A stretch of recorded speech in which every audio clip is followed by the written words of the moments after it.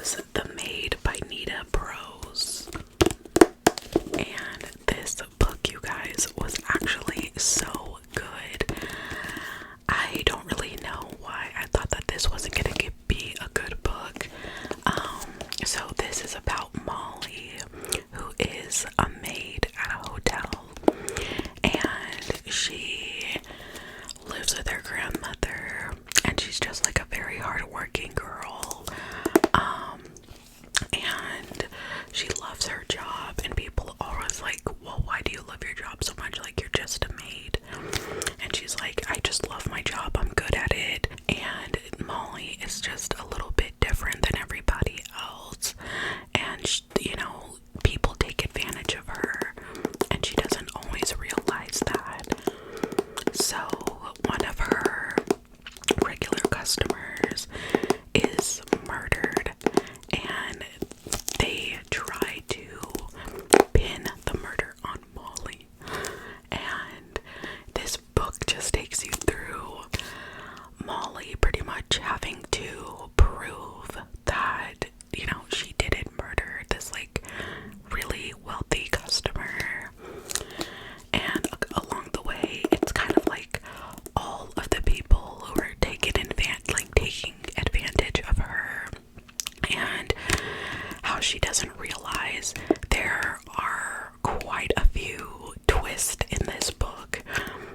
But this isn't like, I wouldn't consider this like a thriller, or, I mean, it is a murder mystery, like, don't get me wrong, but it's really good. I felt so attached and like protective over Molly when people were doing her wrong.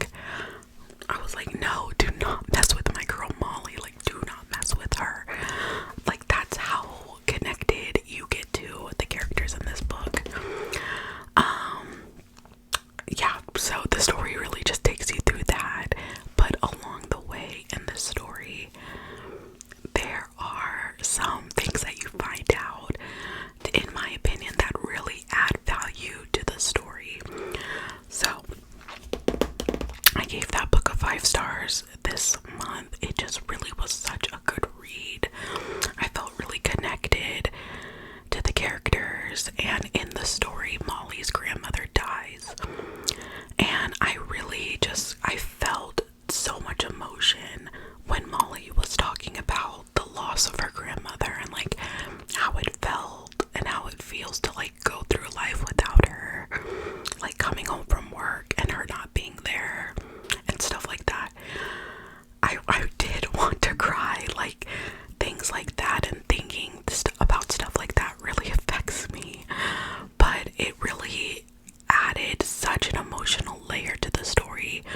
Like, something that is supposed to be so like, okay, you know, murder mystery, like, let's solve it, blah blah blah blah. It really added like a personal effect to it, and I really like that, in my opinion. So like I said, I gave it 5 stars.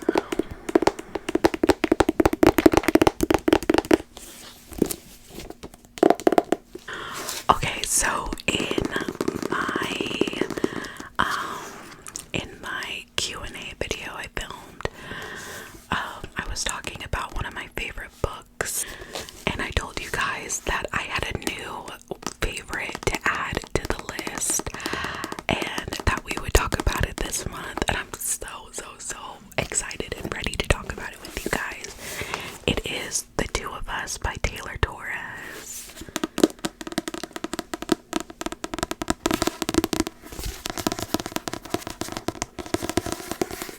This book, you guys, this book was emotional warfare on my mind.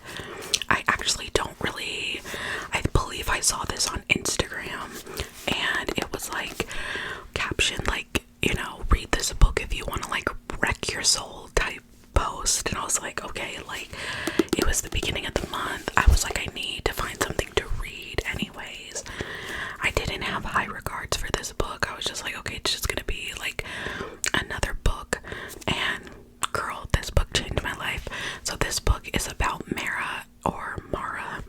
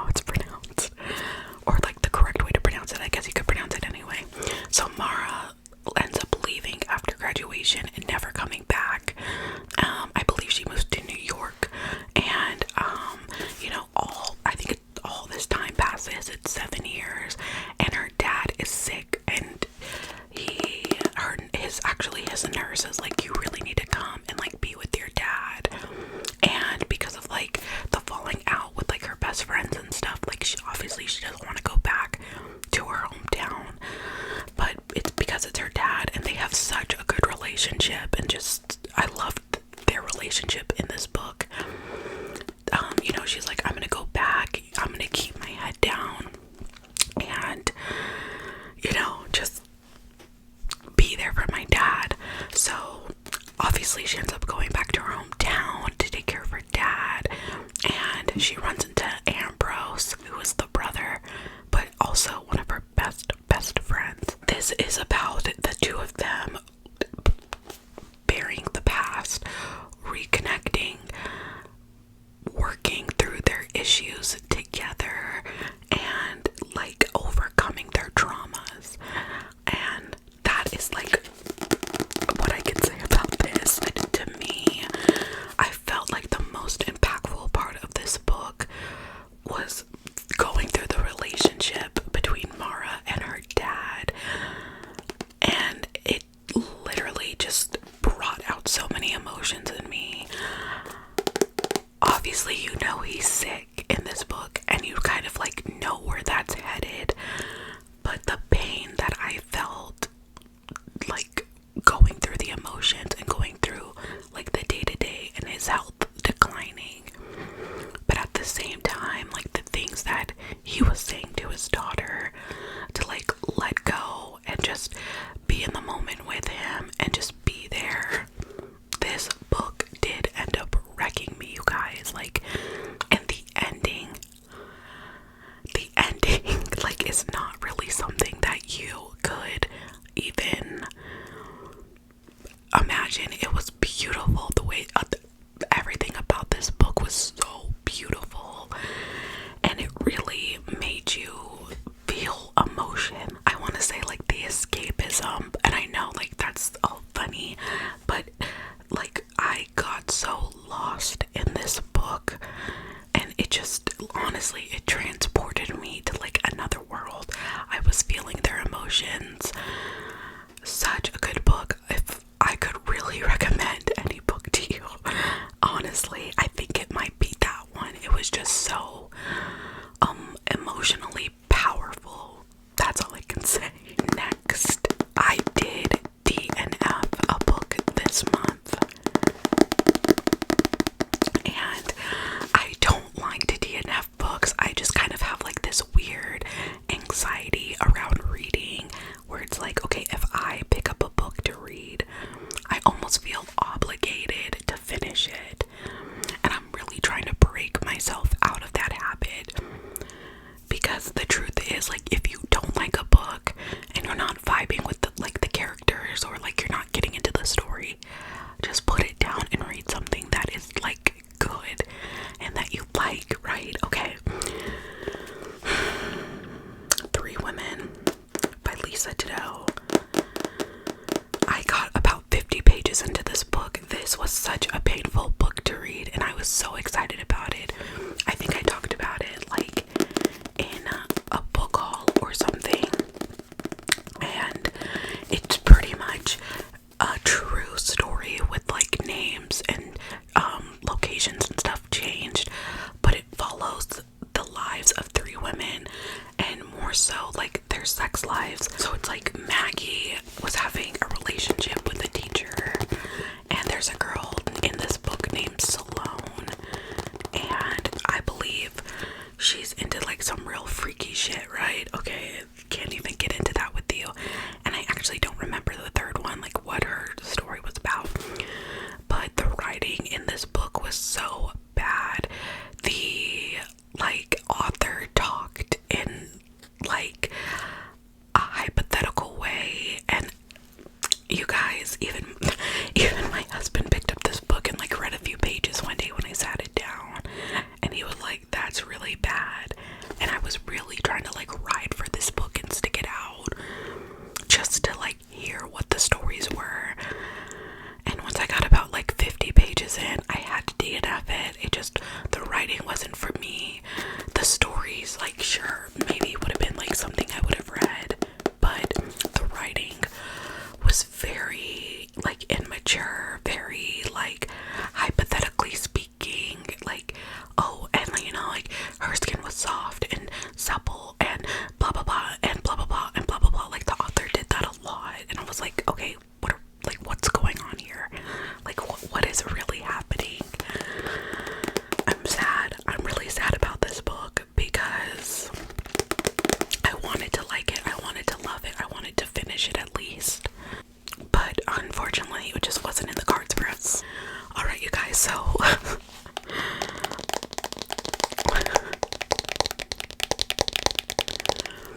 this was like a month of first for me, first DNF.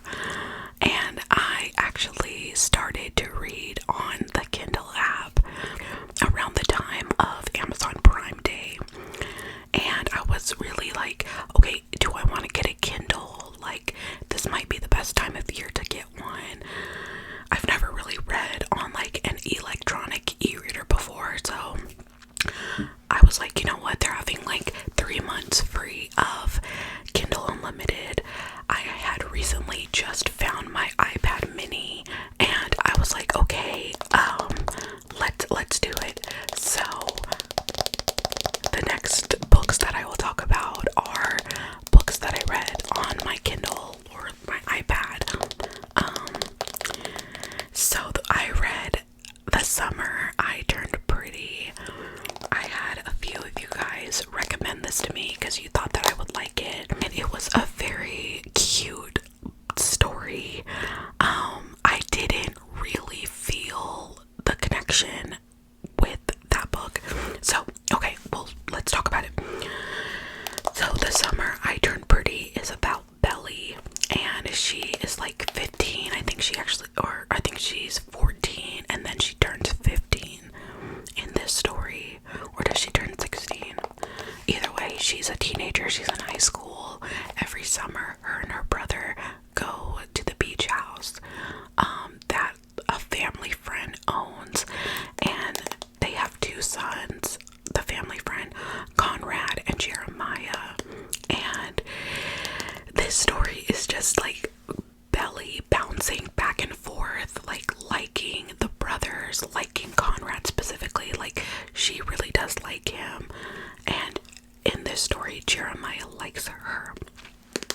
And it pretty much is just kind of like internally like what is going on with her and like these relationships and like where it could go. And then on top of it, Jeremiah and Conrad's mom has cancer, so they're kind of like going through the motions of that and like feeling the emotions of that.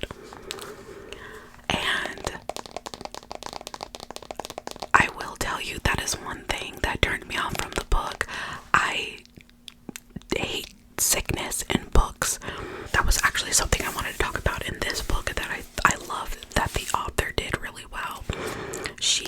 Yes, like the dad was sick, but I loved that they never assigned like a sickness to him, like, oh, he has cancer, or like his kidneys are going out or something. Like, you don't know what his sickness is, and at the end of the day, I don't really feel like it matters. You know what I'm saying? And so in The Summer I Turned Pretty, I just don't like when authors use the C word. Like, it's so overdone. And like, why does everybody have to have cancer? Not everybody dies from cancer. You know what I'm saying? Like, I don't like that. And it dampened the story for me. It just made me like disconnect a little bit.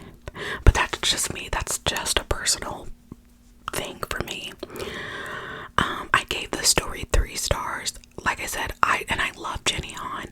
As if you've watched any of my other like monthly recaps, especially like my first or second one, I love To All the Boys I Loved Before.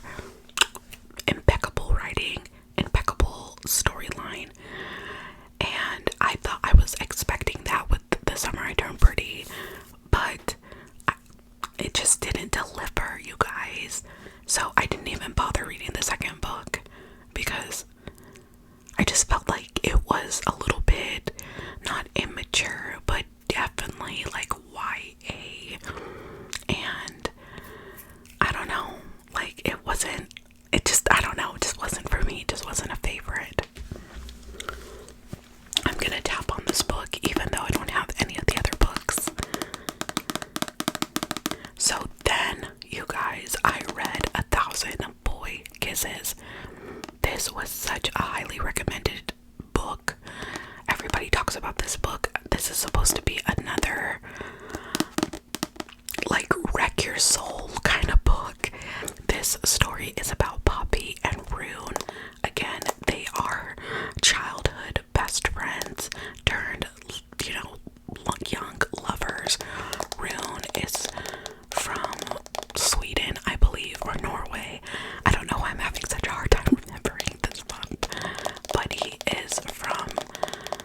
say Sweden.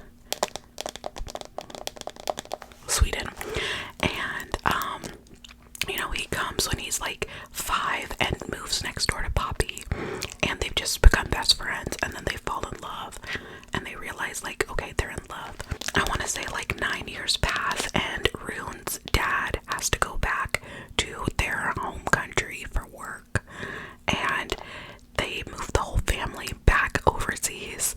And this ruins Rune. He like hates his dad, and is like, why would you rip me away from the girl I love? You're ruining my life. I'll never forgive you. Blah blah blah blah blah. So Poppy tries to tell Rune, calm down. We'll make it work. We love each other. That's all that matters. Blah blah blah. So after Rune moves back to his home country, he's talking with Poppy for a while. They're trying to make it work. She can tell that he's like sad, and then they just stop talking, and they don't talk again for 2 years. Like, they don't talk at all, actually, while he's, in wherever he's at. Norway, Sweden, I don't know, because I hated this book, that's why. But no, so they don't talk again. Poppy ends up going through some stuff, and again, this is what turned me off from this book, because Rune comes back, right? He moves back to the neighborhood, same exact house. He sees Poppy, they end up like giving each other the silent treatment, not talking. Everybody's like, oh, Rune's back, like, what are you gonna do? And turns out Poppy has cancer. So annoying.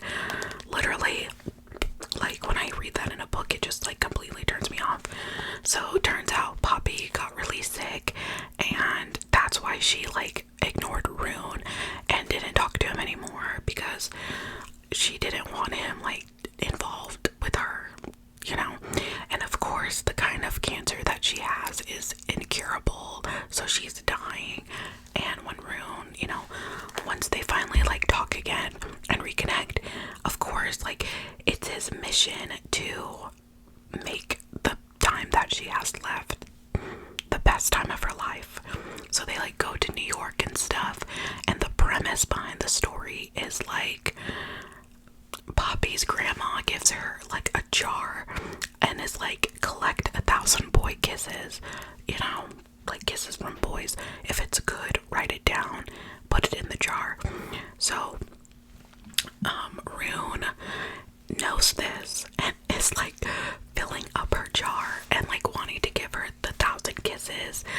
And I just felt like the whole story though was them continuously, every single scene, talking about how Poppy doesn't have any more time. Like, this is it. They can't fix her. They can't take her cancer away. They can't do anything for her. And just like, I'm sick. And I'm like, okay, we get it. He gets it. You get it. Let's like move on and like make this the best life possible. And I was just so turned off by this book. It annoyed me. I don't know why. Like, it just filled me with rage. It was so bad, in my opinion. If you liked it, go come for me. I'm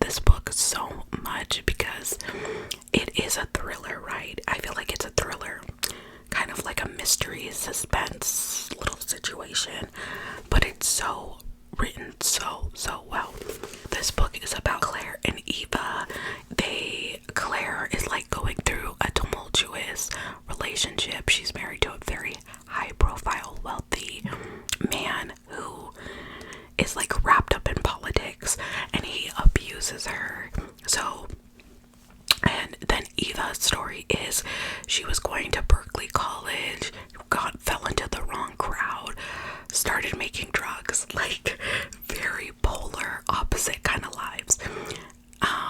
And Claire is planning on running away. She is going to get on a flight and never come back. And Eva is doing the same thing pretty much. Eva's trying to find somebody to switch tickets with her, and somehow, some way, she knows like Claire is on a, like, needs to disappear. And stuff with Claire's flight, her whole plan kind of gets blown out of proportion because she's supposed to be going to Detroit, but her husband actually at the last minute changes her flight to Puerto Rico, and she's like, my plan is ruined, because she had a friend that was helping her, and by happenstance, which you will find out in the book, Claire and Eva literally cross paths like 15 minutes before they're supposed to go on this flight. Eva's like, you know, my husband, he got really sick, he died, and you know, they're saying that I did it. I really just wish that I could disappear, or someone could like change a flight with me and I could just be gone. And Claire is like, whoa, me too, bitch, like, me fucking too. And she's like, you know what, like, let's switch tickets, let's just, you go to Puerto Rico, I'll go to California, and problem solved. Problem not solved, because the plane that Eva was on going to Puerto Rico actually, by happenstance, ends up falling out of the sky and crashing. And girl, it's messy. So of course her husband is notified, the news is picking it up, and they're like, Claire, this prominent, wealthy woman, was on this flight, and it's messy. It's so messy. I don't want to give too much away though, because if you like stuff like that, I definitely think that you will like this book. I felt like this book was so well written. There wasn't a moment where I was like, okay, like, cheesy, whack, lame. It literally captivated me the entire time. It took me like a day and a half to read this book. So good. And it is on Kindle Unlimited, but I had bought the Pango for like $1. But then when I started reading on my iPad, I was like, okay, no, like, I'm addicted to like reading on the iPad. Let's see if they have it on Kindle Unlimited, and they did. That's why I did that. So the next book I read on Kindle Unlimited as well. And it was The Good Girl Complex by Elle Kennedy. I've heard so many good things about Elle Kennedy. She wrote The Deal, which people are like really obsessed with. I haven't read it though. The Good Girl Complex is about Mackenzie, who comes from a wealthy family, and she's living in this like beachside town, going to college and just having the time of her life, but she doesn't want to be there. She has like a successful like company, like online company, where they post like memes and stuff, like something like that, and her parents just want her to like do everything they say, and she's really just not about that. She's like dating like a dickhead, but she just thinks that they work well together, and they, you know, should be together, named Preston. And one night Preston goes to the bar and gives the bartender Cooper a really hard time, and is like, I could ruin you, like, my dad pretty much owns this town, like, we could close down this bar. And Cooper, like the hothead fucking douchebag he is like, I'm gonna take this guy's girlfriend. So he gets all his friends together and is like, I'm gonna take this like clone, they call them clones because they're rich, I'm gonna take this clone's girlfriend and date her and make him jealous and then dump her, who ends up being Mackenzie, of course. And so they end up getting together. Of course, like, they end up falling in love with each other, which is like so annoying. Of course they end up falling in love with each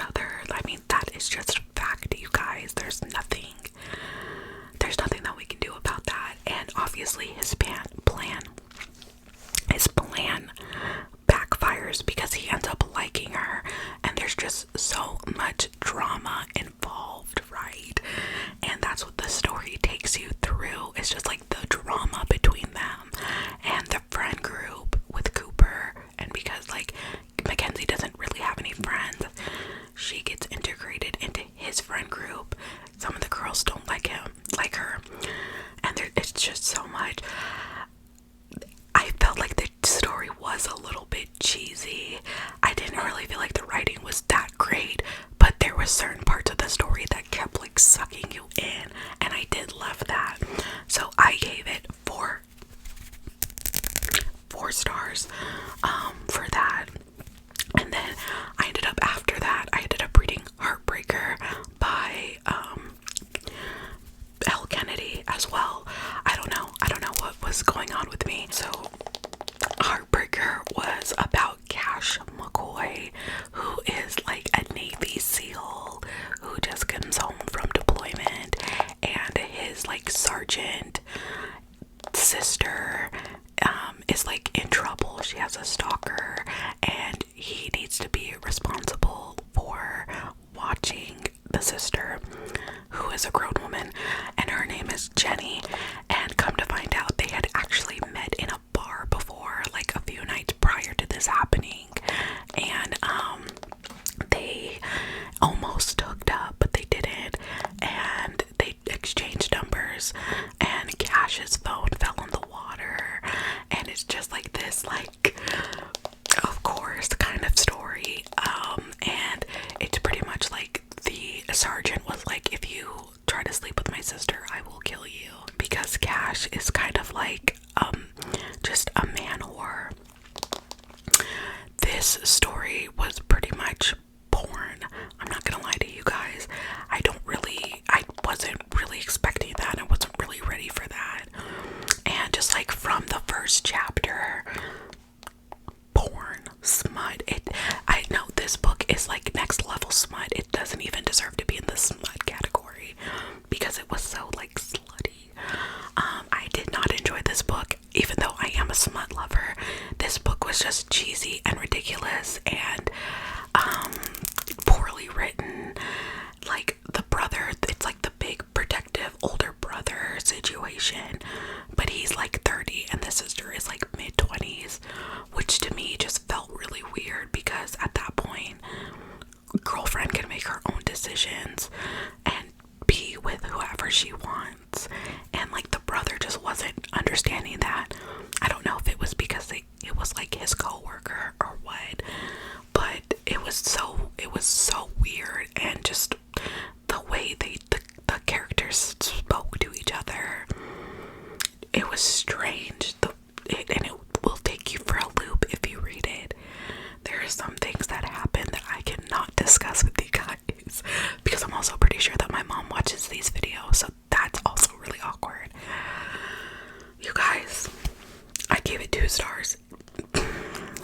It was not great, and I don't even want to tell you any more about it because of like how bad it was. I don't know. Wasn't a fan. 2 stars. Not great. Not the best book I've ever read. Just alrighty guys, so that is the end of this video. The end of this monthly wrap up. I hope that you guys enjoyed it. I'm really trying to not go in a different direction with my channel, but I am really trying to introduce more things. I'm trying to do some more traditional ASMR videos, like trigger videos, trigger words videos. I don't know, I'm just trying to like kind of find where I belong in the ASMR verse right